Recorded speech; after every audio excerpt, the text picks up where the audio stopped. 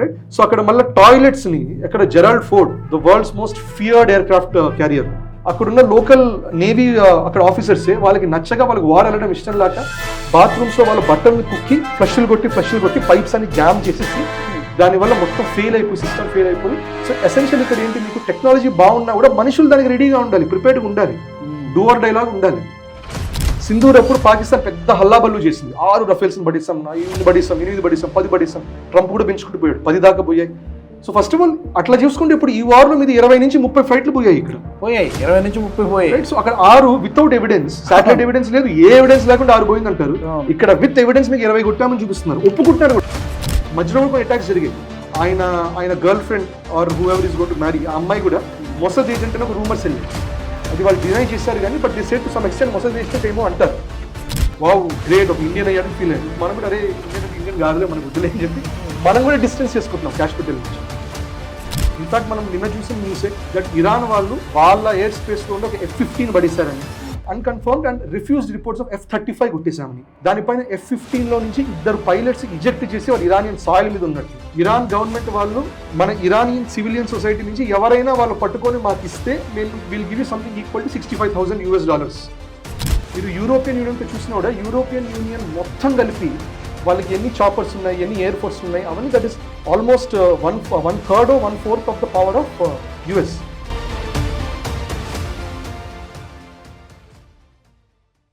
నమస్తే. America Iran యుద్ధం మొదలై 34 రోజులు దాటింది. ఎప్పుడు ముగుస్తుందో ఎవరికి అర్థం కానటువంటి పరిస్థితి. ఈ నేపథ్యంలో అమెరికాలో కొన్ని కీలకమైనటువంటి పరిణామాలు జరుగుతున్నాయి. డొనాల్డ్ ట్రంప్ సంచలన నిర్ణయాలు తీసుకుంటూ ఉన్నాడు. సైన్యంలోని కీలకమైనటువంటి పదవుల్లో ఉన్నటువంటి వ్యక్తులని తొలగిస్తూ ఉన్నాడు. వారి స్థానంలో కొత్త వారిని నియమించేటువంటి ప్రయత్నం జరుగుతోంది.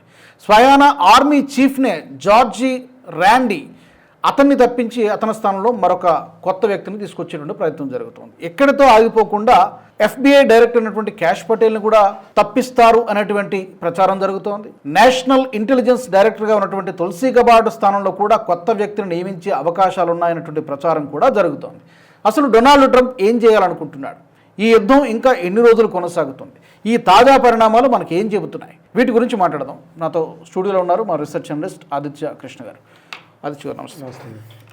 అసలు అంటే ఒకవైపు ఏమో భీకరమైనటువంటి యుద్ధం జరుగుతోంది, ఇంకో పక్క సైన్యంలో కీలకమైనటువంటి పదవుల్లో ఉన్న వాళ్ళని తప్పించుకుంటూ పోతున్నాడు. ప్రక్షాళన అంటున్నారు, ఏదో పునరుద్ధరణ అంటున్నారు.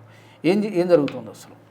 చూడండి, సో ఇంట్రెస్టింగ్గా ఇక్కడ మనకి జనరల్గా ఒక వార్ అనేది జరిగేటప్పుడు స్టెబిలిటీ ఎక్కువ కనబడుతుంది. మామూలుగా గవర్నెన్స్లో అయినా ఆర్మీలో అయినా.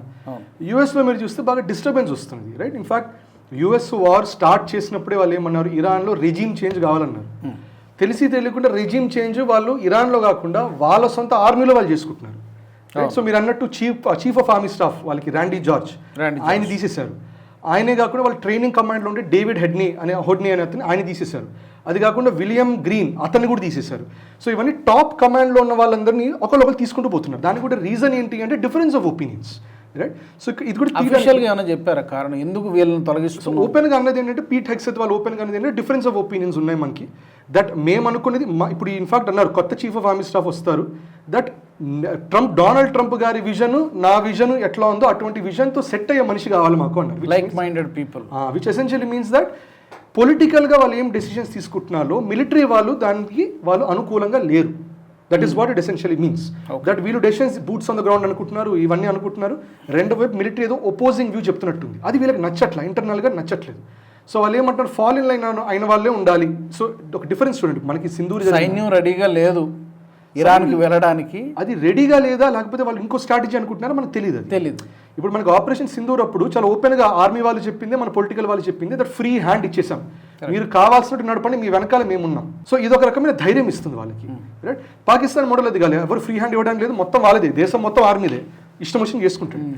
యూఎస్లో వచ్చేసరికి ఏమవుతుందంటే ఆర్మీ ఒకటి ఏదో అనుకుంటున్నది, పొలిటికల్గా ఏదో అనుకుంటున్నారు. ఆర్మీ వాళ్ళు వేరే స్ట్రాటజీ అనుకుంటున్నారా లేకపోతే అసలు వద్దు బూట్స్ ఆన్ ద గ్రౌండ్ వద్దు అనుకుంటున్నారా మనకు తెలియదు. ఇన్ఫాక్ట్ మనం చాలా వీడియోస్ చూడొచ్చు దట్ ఆర్మీ చాలా మందికి ఈమెయిల్స్ వెళ్ళాయట, లెటర్స్ వచ్చాయట దట్ ఎమర్జెన్సీ డిప్లాయ్మెంట్ అని. ఇన్ఫాక్ట్ ఒక అబ్బాయి వీడియో కూడా ఉంది ట్విట్టర్లో అక్కడ, దట్ ఇదిగో నాకు ఎమర్జెన్సీ డిప్లాయ్మెంట్కి వెళ్ళమన్నాడు, సడన్గా రేపు అంటున్నారు ఎమర్జెన్సీ. ఇన్ఫాక్ట్ అది అండర్ ద కవర్ చేస్తున్నారు. ఆ అబ్బాయి పాపం అక్కడెక్కడో ఇన్స్టాగ్రామ్లో ఎక్కడ పెట్టేశాడు, దాంతో వైరల్ అయింది. దాంతో ఇరాన్ కూడా ఇన్ఫర్మేషన్ వచ్చి ఉంటుంది వీళ్ళందరూ రాబోతున్నారు ఎమర్జెన్సీ డిప్లాయ్మెంట్లో అని. సో దాంట్లో కూడా కొన్ని వీడియోస్ వస్తున్నాయి దట్ పిల్లలందరూ లైన్లో ఆర్మీ వాళ్ళు నించొని ఉంటే వాళ్ళ తల్లిదండ్రులు వచ్చి కౌగులు ఇచ్చుకొని ఏడుస్తూ, సో ఇవన్నీ జరుగుతున్నాయి రైట్.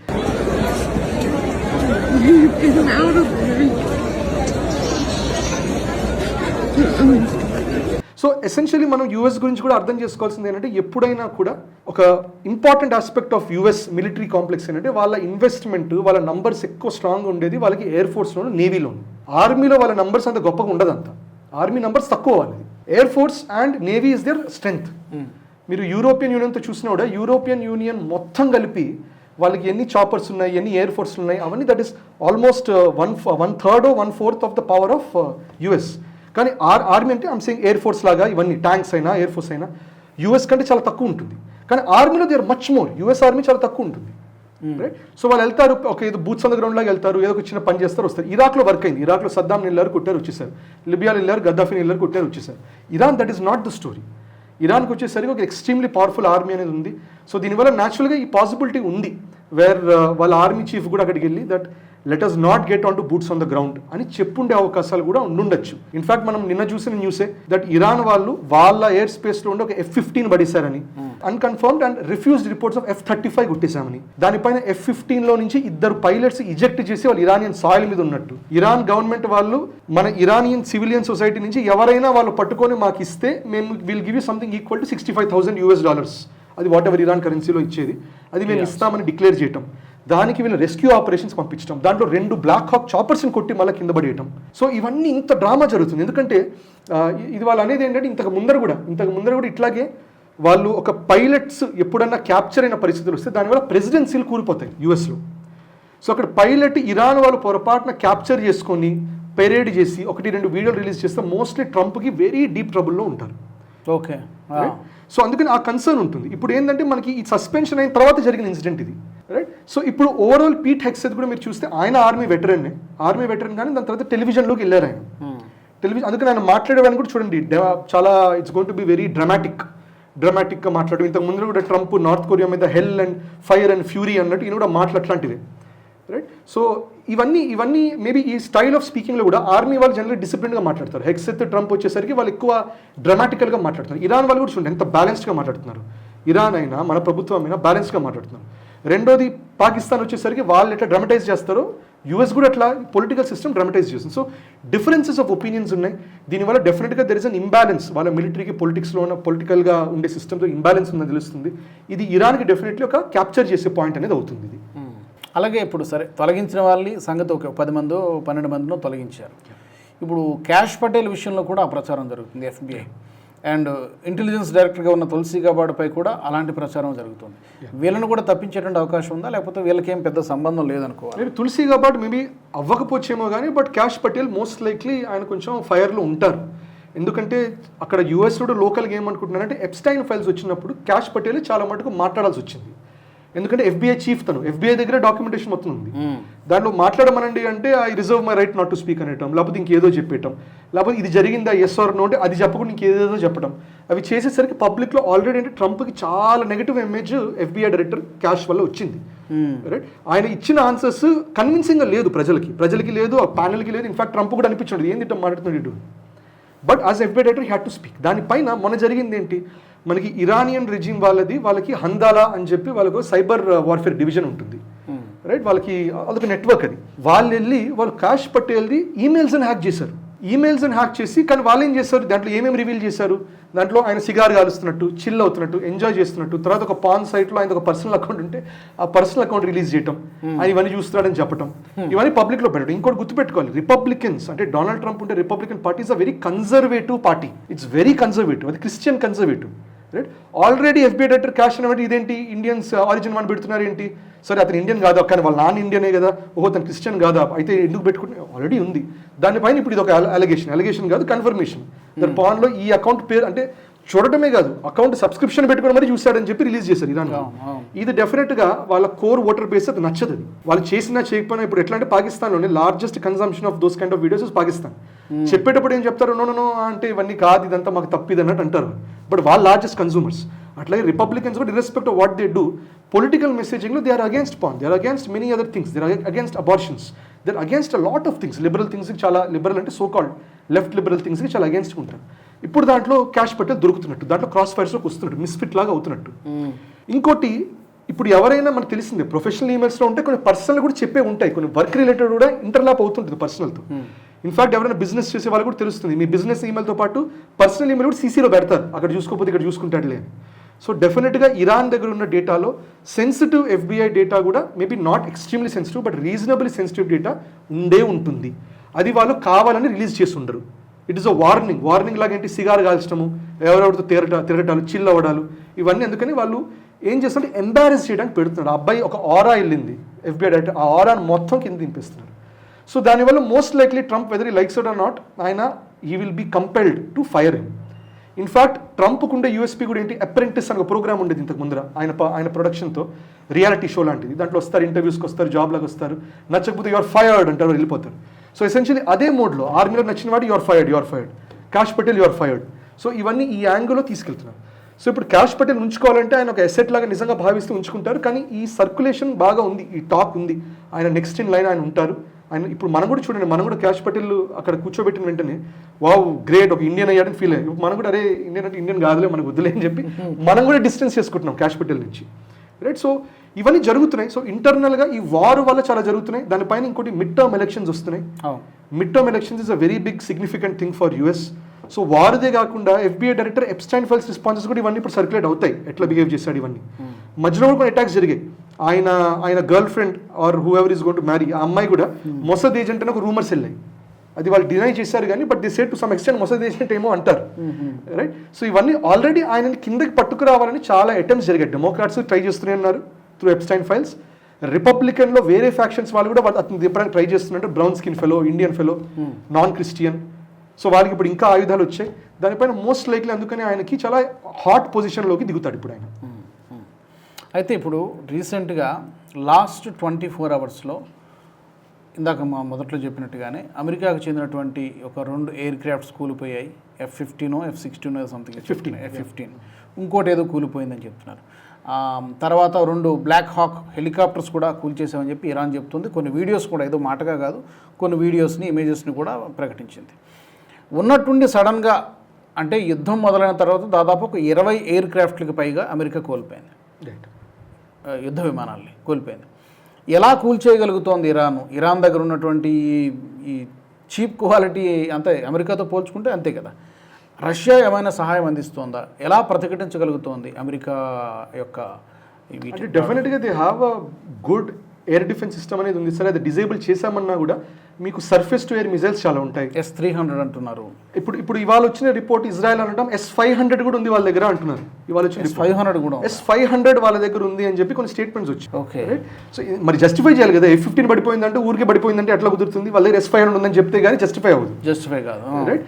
సో ఇంకోటి ఏంటంటే ఇది ఎయిర్ క్రాఫ్ట్లు ఒకసారి ఎయిర్ స్పేస్లోకి వెళ్ళిన తర్వాత బై డిఫాల్ట్ ఇవి జరుగుతాయి. ఇప్పుడు సింధూర్ అప్పుడు పాకిస్తాన్ పెద్ద హల్లాబల్లు చేసింది, 6 రఫేల్స్ని పడిస్తాం, 8 పడిస్తాం, 10 పడిస్తాం. ట్రంప్ కూడా పెంచుకుంటూ పోయాడు, 10 దాకా పోయాయి. సో ఫస్ట్ ఆఫ్ ఆల్ అట్లా చూసుకుంటే ఇప్పుడు ఈ వార్లో మీద 20 నుంచి 30 ఫ్లైట్లు పోయాయి, ఇక్కడ పోయాయి 20 నుంచి 30 పోయాయి. సో అక్కడ 6 వితౌట్ ఎవిడెన్స్, సాటిలైట్ ఎవిడెన్స్ లేదు, ఏ ఎవిడెన్స్ లేకుండా 6 పోయిందంటారు. ఇక్కడ విత్ ఎవిడెన్స్ మీకు 20 కొట్టామని చూపిస్తున్నారు. ఒప్పుకుంటున్నారు కూడా, ఒప్పుకోవడమే కాదు, మీకు బ్లాక్ హాక్ హెలికాప్టర్స్ వెళ్ళింది దేనికోసం? అది సర్చ్ అండ్ రెస్క్యూ ఆపరేషన్స్ కోసం వెళ్తున్నారు. అవి కూడా కూలిపోయినాయి అంటే నువ్వు ఒప్పుకున్నట్టు సర్చ్ అండ్ రెస్క్యూ చేస్తున్నాం, కూలిపోతున్నాయి ఇవన్నీ అని, రైట్? సో వార్లో ఎనీవే కూలిపోతాయి, రైట్? పాకిస్తాన్ వాళ్ళకి ఒక ప్రొపగాండాగా చేశారు కానీ but that is no big deal, that is what happens in war, right? So ఇది ఎనీవే జరుగుతున్నది. దీనివల్ల మేజర్గా ఏమవుతుందంటే వాళ్ళకి ఉండే లాక్హీడ్ మార్టిన్ కంపెనీకి ఇప్పుడు F-35 కూల్ చేశామని ఇరాన్ అన్నారు. అది కూల్ చేశారంటే మాత్రం లాక్హీడ్ మార్టిన్కి అది ఒక పెద్ద డెత్ బ్లో. ఎందుకంటే F-35 బ్రాండింగ్ అంతా ఎట్లా ఉంది, ఇట్ ఈస్ ఇన్విజిబుల్, అసలు ఆకాశం పంపిస్తే ఇట్ ఇన్విజిబుల్, ఎవరు ట్రాక్ చేయడానికి లేదు, ఇది ఇదే అన్నారు. 2 times కూలిపోయిందని అంటున్నారు. ఫస్ట్ టైం ఒకసారి జరిగింది, రెండోసారి కూడా మళ్ళీ జరిగింది రీసెంట్గా అంటున్నారు. దీనికి కూడా ఒక వాళ్ళు ఏమంటున్నారంటే చైనాలో ఉన్న వాళ్ళే ఎవరో ఒకళ్ళు ఇట్లా సోషల్ మీడియా ద్వారా పెట్టారని, that F-35 is not immune to infrared. కొంతమంది ఏమంటారు ఇరాన్ వాళ్ళే కనిపెట్టారంటున్నారు కానీ కొన్ని రిపోర్ట్స్ ఏమంటున్నాయంటే చైనాలో నుంచి ఎవరో పెట్టాడని, ఆన్లైన్ రిలీజ్ చేశాడని. అది రెడార్కి దొరకదు, కరెక్ట్? అంటే ఎట్లా అంటే దాంట్లో ఉన్న మెటీరియల్స్, దానికి ఉన్న కట్స్, ఎలివేషన్స్ ఎట్లా ఉంటాయంటే రెడార్ బౌన్స్ అయిపోవటము, రెడార్లోకి వెళ్ళకపోవటం అట్లా అవుతుందంటారు. కానీ ఏంటంటే నువ్వు ఎంత చేసినా కూడా ఆ ఇంజన్ పవర్కి దానికి అది తయారయ్యే హీట్, ఆ హీట్ థర్మల్ ఇమేజింగ్ క్యాప్చర్ అవుతుంది ఇన్ఫ్రారెడ్లో. సో ఇది కొంతమంది అంటే చైనా వాళ్ళు ఎవరు పబ్లిక్ పెట్టి నేమ్ అండ్ షేమ్ లాగా చేశారు, ఇరాన్ చూసి వాడుకుంది అంటారు, అండ్ ఇన్ఫ్రారెడ్ సెన్సర్స్ వాడుకొని ఒక సింపుల్ ఇన్ఫ్రారెడ్ ట్రాకింగ్ డివైస్, ఇప్పుడు కాదు ఎప్పటిదో 70s 80s మిజైల్ వాడుకొని కూల్ చేశారు అంటున్నారు. రైట్, సో ఇది నిజంగా జరిగితే it's a huge reputation damage to US. ఎందుకంటే ఇది లాక్హీడ్ మార్టినే కాదు, అంత పెద్ద ట్రేడ్ డీల్ అనేది ఇంకా కొలాప్స్ అవుతుంది. రైట్, రఫేల్ పాకిస్తాన్ ఎన్ని చెప్పినా రఫేల్ కొలాప్స్ అవ్వలేదు, ఎందుకంటే ప్రూఫ్ చూపించలేదు కదా నువ్వు. వీళ్ళు F-15 చూపిస్తున్నారు, F-35 చూపిస్తామంటున్నారు వీళ్ళు. So of course US F-35 ఏం పడేలేదు ఇవి అంటున్నారు కానీ, బట్ ఎండ్ ఆఫ్ ద వార్కి తెలిసిపోతుంది మనకి. సో ఇవన్నీ, so I think Iran is well prepared, Iran has nothing to lose. యూఎస్కి వచ్చేసరికి ఏంటంటే ఇప్పుడు ఎయిర్ పవర్ ఛాలెంజ్ అవుతున్నది. ఇన్ఫాక్ట్ వాళ్ళు Abraham Lincoln, USS Abraham Lincoln కూడా అటాక్ చేశారంటున్నారు, జెరల్డ్ ఆర్ ఫోర్డ్ కూడా అటాక్ చేశారంటున్నారు. దానిపైన ఒక ఎక్స్ప్లోజన్ ఉంది అక్కడ, దానికి ఏమంటారు ఎక్స్ప్లోజన్ లాండ్రీలో ఫైర్ వల్ల అంటున్నారు, అది ఇరాన్ కాదు మేము కొట్టింది అంటున్నారు. రైట్, సో అక్కడ మళ్ళీ టాయిలెట్స్ని అక్కడ Gerald Ford, the world's most feared air craft carrier, అక్కడున్న లోకల్ నేవీ అక్కడ ఆఫీసర్సే వాళ్ళకి నచ్చగా వాళ్ళకి వార్ వెళ్ళడం ఇష్టం లేక బాత్రూమ్స్లో వాళ్ళు బట్టల్ని కుక్కి ఫ్లష్లు కొట్టి పైప్స్ అని జామ్ చేసేసి దానివల్ల మొత్తం ఫెయిల్ అయిపోయి సిస్టమ్ ఫెయిల్ అయిపోయి. సో ఎసెన్షియల్ ఇక్కడ ఏంటి, మీకు టెక్నాలజీ బాగున్నా కూడా మనుషులు దానికి రెడీగా ఉండాలి, ప్రిపేర్డ్గా ఉండాలి, డూ ఆర్ డై లాగా ఉండాలి. సో యూఎస్లో కొంచెం ఏమవుతుంటే ఓవర్ డిపెండెన్స్ ఆన్ టెక్నాలజీ వల్ల అది చేయడానికి అది రెడీగా లేరన్నట్టు ఇండికేషన్స్ వెళ్తున్నాయి. సో అందుకనే మేబీ ఇప్పుడు ఈ డిస్కషన్ మనం వాళ్ళ ఆర్మీ చీఫ్ గురించి కూడా, సో మేబీ దాంట్లోనే ఒక పార్ట్గా let us not get into war, మన పిల్లల్ని చంపుకోవడం ఎందుకు అని ఒక మాట అనుంటాడా, అది పీట్ హెగ్సెత్కి ట్రంప్కి నచ్చకపోయి ఉండొచ్చు వాళ్ళ పొజిషన్కి. ఇన్ఫాక్ట్ మీరు డొనాల్డ్ ట్రంప్ ఫోటోనే చూడండి, ఇంతకు ముందర టైంలో చక్కగా స్మైల్ చేస్తూ పెట్టాడు, ఈసారి కావాలని మొహం అట్లా పెట్టి అతి భయంకరంగా ఫోటో పెట్టి దిగారు, ఒక ఇండికేషన్ దట్ ఈసారి నేను ఈ మోడ్లో వెళ్ళబోతున్నాను, వార్ మోడ్లో వెళ్ళబోతున్నాను ఇండికేషన్ తెలియారు. మరి దానికి అట్లాంటి ఫోటోగ్రాఫ్కి అంటే వద్దులే మన పిల్లలు చనిపోతారు అంటే ఎట్లా ఊరుకుంటారు. రైట్, సో ఈ ఎంటైర్ ఇమేజింగ్, పొలిటికల్ ఇమేజ్, ఇక్కడ పొలిటికల్ ఇమేజింగ్ కూడా ఉంది, it's not just military, political imaging plus వాళ్ళు మిలిటరీ మైట్ వాడుకొని చేస్తున్నారు. సో ఇప్పుడు డిఫరెన్స్ అనేది మనకు కనబడుతుంది. సో ముందు చూడాలి ఇది ఎవరు నెగ్గుతారు. End of the day political హైరార్కీలు ఉన్న వాళ్ళే కొద్ది గొప్ప నెగ్గుతారు, unless there is a mutiny. కానీ మ్యూటినీ యూఎస్లో జరగకపోవచ్చు, బట్ పొలిటికల్ హెగమనీనే end of the day it will dominate. కానీ పెద్ద ఎంబారస్మెంట్ ఇది, ఎందుకంటే సరి సమానమైనటువంటి ప్రత్యర్థి కూడా కాదు, అమెరికాకు సరి సమానమైనటువంటి ప్రత్యర్థి కాదు ఇరాన్, ఏ విధంగా చూసినా కూడా. అలాంటి ఇరాన్ చేతిలో ఇన్ని కోల్పోవడం అనేది, మనల్ని అన్నారు కదా 5-6 కూలిపోయాయి అని చెప్పి, ఈరోజు మీరు అన్నట్టు 20 నుంచి 30 ఎయిర్ క్రాఫ్ట్స్ కూలిపోయాయి. యుఎస్ అది అంటే కానీ మనకి ఆఫ్ఘనిస్తాన్ వార్ అప్పుడు కూలిపోయాయి, తర్వాత మనకి ఇది వియత్నాం వార్ అప్పుడు కూలిపోయాయి. ఇన్ఫాక్ట్ వియత్నాం వార్ అప్పుడు అంటారు దట్ ఇట్లా ఇరాక్ అప్పుడు కూడా, అంటే రకరకాల చోట్ల జరిగినప్పుడు వాళ్ళు ఏమంటారంటే ఎయిర్ క్రాఫ్ట్ పడిపోయిన తర్వాత సర్చ్ అండ్ రెస్క్యూ ఆపరేషన్కి వస్తే దాన్ని అటాక్ చేయరు. చూడండి ఇరాన్ కూడా సర్చ్ అండ్ రెస్క్యూ బ్లాక్ హాక్స్ అని కొట్టారు, ఎందుకంటే మిలిటరీ వెపనైజ్డ్. మిగతా సర్చ్ అండ్ రెస్క్యూ వచ్చిన స్కానింగ్ చేయడానికి వచ్చిన ఫ్లైట్ని రీఫ్యూల్ దాన్ని దేనికి కొట్ల, దాన్ని రానిచ్చారు వెళ్ళనిచ్చారు, వాటి నుంచి ఇలా. సో ఇదంతా గుడ్ విల్ వల్ల కాదు, ఇదంతా కూడా స్ట్రాటజికల్గా చేస్తారట. అది రావటం అనేది వాళ్ళ వైపు ఒక వీక్నెస్ కింద చూపిస్తుంది, దట్ మిమ్మల్ని ఎటువంటి పరిస్థితిలో పెడితే మీరు వచ్చి సర్చ్ అండ్ రెస్క్యూ మిషన్ చేయాల్సి వస్తుంది మా భూమి మీద. ఇరాన్లో కొట్టలేదు కానీ సౌదీలో కొట్టారు, సౌదీలోను ఇరాక్లోను రీఫ్యూలింగ్ ఎయిర్ క్రాఫ్ట్స్ని అక్కడ వాళ్ళు వార్కి వస్తున్నారు కదా, యాక్టివ్ వార్కి వస్తున్నారు, సర్చ్ అండ్ రెస్క్యూ కాదు అది, రీఫ్యూలింగ్ విమానాలు కొట్టారు, రీఫ్యూలింగ్ చేసి అటాక్ చేయడానికి వస్తున్నారు వాళ్ళు. సో అక్కడ కొడతారు వాళ్ళు. బట్ అది సిప్రస్ బేస్ మీద కూడా అంటున్నారు, మరి కొంతమంది అంటున్నారు మొసాద్ చేయించారు అంటున్నారు, కొంతమంది వీళ్ళే అని అంటున్నారు. సిప్రస్ బేస్ కూడా జరిగింది అది, యూఏఈ బేసెస్లో కూడా కొన్ని అట్లాంటి రీఫ్యూలింగ్ ట్యాంక్స్ లాంటివి కొడుతూనే ఉన్నారు. బట్ ఇక్కడ రెస్క్యూ మిషన్స్ జనరల్గా చేయరు, ఎందుకంటే ఇట్ ఇస్ అన్ ఇండికేషన్. జనాలు కూడా, ప్రజలు కూడా చూస్తుంటే ఆహా రెస్క్యూ ఫ్లైట్, ఓహో రెస్క్యూ చేసుకుంటున్నారు వాళ్ళు, అంత పవర్ఫుల్ ఫెలోస్, వాళ్ళకి సర్చ్ అండ్ రెస్క్యూ అవసరమా, ఈ ఇమేజింగ్ ఇదంతా ఏంటంటే సైకాలజికల్ వార్ఫేర్ అనేది జరుగుతుంది. సో ఇది డెఫినెట్గా ఇరాన్లోనే కాదు, యూఎస్లో కూడా ఇంపాక్ట్ అయ్యి, యూఎస్లో కూడా anti war sentiment which is already 60-65%, అది ఇంకా పెరిగి చిన్నగా వాళ్ళకి పొలిటికల్ ప్రెషర్ వస్తుంది ఆపడానికి. ఈ యుద్ధానికి ఓవరాల్గా అర్థమవుతున్నది ఏంటంటే 2 దేశాలు ప్రిపేర్డ్గానే వెళ్ళాయి. కరెక్ట్, ఇరాన్ ప్రిపేర్డ్గా ఉంది, కరెక్ట్, మరికొన్ని నెలలు జరిగినా కూడా వాళ్ళు ఏదో ఒకలాగా పోరాటం చేస్తారు.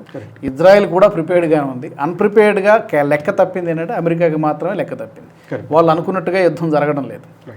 సో దట్ ఇస్ వై వాళ్ళు ఎగ్జిట్ పాయింట్ కోసం చూస్తున్నారు. కరెక్ట్, ఇరాన్ ఇన్ఫాక్ట్ శాంక్షన్స్ వాళ్ళు ఆల్రెడీ ప్రిపేర్ అయినారు, తిండి తిప్పలాగా ఇవిలాగా అవిలాగా ప్రిపేర్ అయినారు.